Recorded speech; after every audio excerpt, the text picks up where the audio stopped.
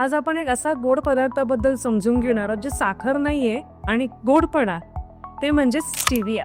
Stevia हे एका वनस्पतीच्या पानांपासून बनतं, पण ते साखरेपेक्षा 200 ते 300 पट जास्त गोड असतं आणि त्याच सोबत त्याच्यामध्ये 0 कॅलरीज असतात. ते तुमच्या ब्लड शुगर लेवल्सला देखील अफेक्ट करत नाही.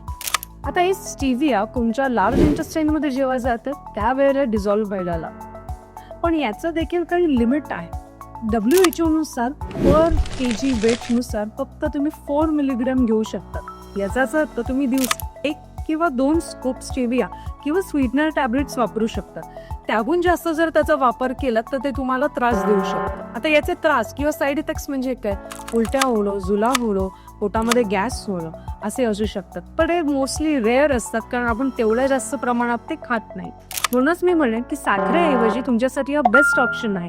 डायबिटिक पेशंट्सने सुद्धा स्टिविया घेणं खूप बेनिफिशियल राहणार आहे त्यांच्या ब्लड शुगर लेवल्स मेंटेन होण्यासाठी. थँक्यू.